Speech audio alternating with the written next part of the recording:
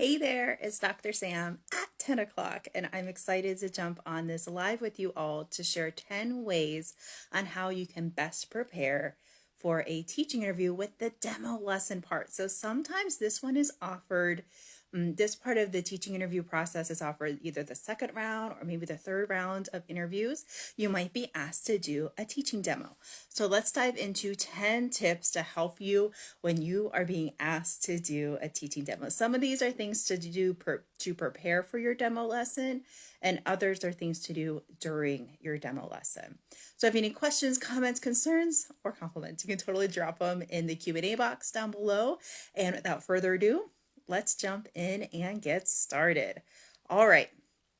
So the first thing to do is whenever you're called in for a live teaching demo, usually you'll get a call and say, hey, we would love to offer you a second round interview. It's a live teaching demo.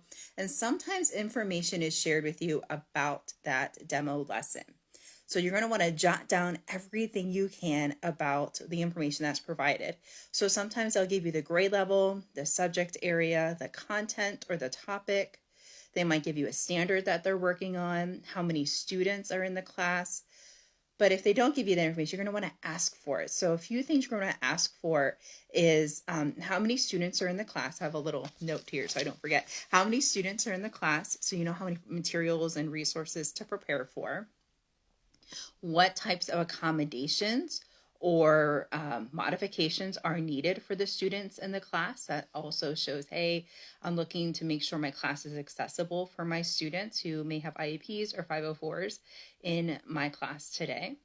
You're also going to want to know about the content. So is this content new for the students? Is it review for the students? That's also good to know. So whenever you're preparing your intro, preparing your lesson and your closer, hey, this is, new content for my students. How am I going to know that they understood the objective? Or maybe your objective might change if it's review content for the students. So in addition to knowing, where are my students in the sequence of the content, how many students there are, how many students need accommodations, what modifications or accommodations they need during that lesson. You also want to know what type of ed tech is available for students, because you don't want to go into a lesson with new educational technology that they've never used before. You want to make sure it's something that they've already used. And you can do a little bit of that research on your own.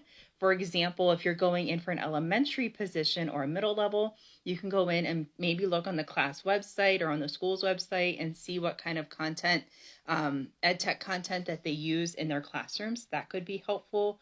Or you can just ask the administrative assistant when they call, what type of educational technology will I have access to during my lesson? And that way you can prepare for it. And you can also use that. So if they have things like Nearpod, Pear Deck, Kahoot, these are all, you can all get these tools, free versions of these tools for you to practice and to use during your demo lesson, and get comfortable with it, because you really want to get comfortable with the ed tech before you put it into your lesson. You just be like, oh, let's just see how it goes. No way. You want to be prepared for that. So a couple of other things to think about whenever you are working on your demo lesson. It's to be prepared and practice that lesson. Now, don't over practice it till you have it scripted. You don't want to do that. Thank you. You want to make sure you practice it, that you are comfortable with the timing, because you're going to want to know, how long do you have to prepare this lesson for? Is it 30 minutes? Is it 45? Is it a block? Is it 90? Is it 15? How long is your lesson? And that your timing is in there and that you have that down. That the sequence of the lesson makes sense. The concepts that you're implementing and introducing to the students, that it makes sense in the sequence and in the content delivery method that you're choosing. You want to make sure that your lesson has a clear intro, your delivery of content, and a closure, not just an exit ticket, but a closing statement as well. That's really important, because that closing statement is like that shiny sticker on an envelope. It seals up that learning. So you want to make sure that you have that closing statement either in addition to your exit ticket or right after your exit ticket. Like today, we learned about the 3 states of matter. And you can, describe what each one is, or the definition that you use with each one, and then have your exit ticket. So making sure you're sealing that envelope of learning. So your lesson should have that clear intro, the content and the closure. Make sure that it's sequenced, it makes sense, and that the timing is right. So, you're not running out of time or going too fast during your lesson. And then in your lesson plan itself, make sure you write a lesson plan for this demo lesson, even if it's 15 minutes or 25. Make sure that you're writing that lesson plan. You could even deliver it to the committee prior to your lesson as a PDF with extension activities or follow-up activities. What would you do after this lesson was taught? What reflection questions would you have? And go beyond the questions of what did I do good? What could I improve upon? Let's go a little bit deeper than that. Have those reflection questions listed there as well. You can, like I said, you can email it as a PDF to the committee, or you can bring printed copies to the interview itself. As students are coming into your lesson, your demo lesson, now you're going to want to know before you teach lesson, are you teaching students that are in the class, or are you going to be teaching administrators? That's also a good thing to know. So as the students are coming into the class, try to build some rapport with them, whether that's remarking on a shirt that they're wearing or a jersey or something. Try to make some sort of rapport with them so you can build upon that during your lesson. Greeting them by name if they're wearing name tags, or if there's name tags in the classroom already set up. So calling them by name, that type of stuff. So building a little bit of rapport. I know it's only for like a little bit of time, but that can really help you out. Because sometimes those students are asked, so what did you think of the teacher? And they will tell the employers what they thought. So it's always great to start to build that rapport. After your lesson, after you taught your lesson, take a breath and reflect upon it. Think about what are some things that you did in that lesson that showed that students understood the objective. How do you know they got your objective? What are some measurements or assessments that you did? How will you reflect upon the data?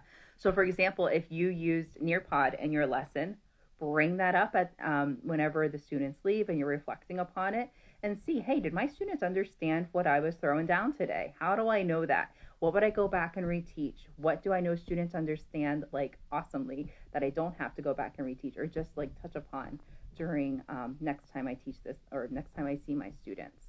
So look through the data if you have some, or look through the exit tickets if you did an exit ticket or a pre or a post test, whatever that might be. So that could help you with reflection. Another thing you want to do is think about things that maybe didn't go the way you planned, and think about how did you use flexibility and thinking on your feet during the lesson.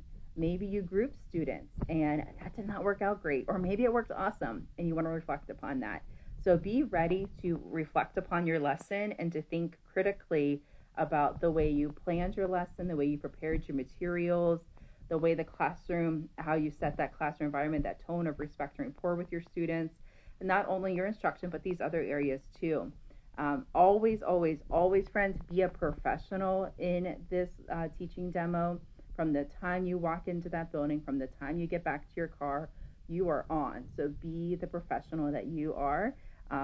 Show up for yourself and show up for those students. Do the best that you can with the content and in the classroom in which you have your teaching demo. And then one last thing, kind of our bonus thing, would be to send a thank you. So in your car, as you are sitting there reflecting on your awesome lesson, make sure you write out a thank you note that goes to each of the people that were on your committee. Jot down their name, jot down a quick thank you for your time today. Thank you for, commenting on my demo lesson, and maybe bring out something specific that they commented on. That could be helpful. Again, route them back to your digital portfolio. So again, do a tiny URL or a bit.ly in that thank you note. You can write it out, and you can say something like, to see more lessons that I've developed for this group of students, check out my portfolio. And then you can link it right there for them to go exactly where you want them to go in your digital portfolio, so they can find more about your lesson planning, your classroom environment, classroom management, professional development, and planning and prep skills. So friends, those were 10 things that you can do 10 ways to prep for your teaching demo. Let's go over them really quick. First, know how many students there are, what types of accommodations or modifications that are needed, where are the students in the sequence of this lesson, where does it fall in their scope and sequence of their curriculum.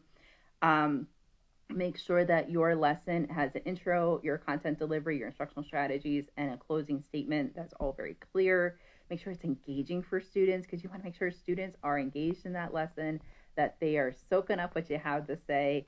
Have your lesson plan ready in a PDF format that you can just email right to the committee, and then also have a printed lesson version of the lesson as well. As students come into the space, try to build rapport as much as you can. As they come in, greet them by name, comment on something, on a jersey or something that they're wearing, hey, just trying to build that rapport with them. Be ready to reflect on that lesson after the students have left.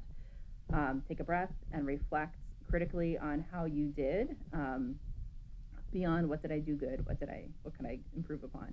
Really think deeply about those 4 areas of planning and prep: classroom environment, instruction, and professional responsibilities. Always, always, always be professional as soon as you walk in that building to the moment you leave, and get back into your car.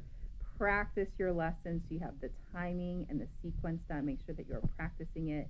And then lastly, always, always, always send a thank you follow-up with, hey, go check out my digital portfolio for more lessons that I have developed for students in this grade level or this subject. So I hope that these 10 ways to prepare for a teaching demo were helpful, and I wish you the best of luck during your interview season. Have a great day, and bye for now.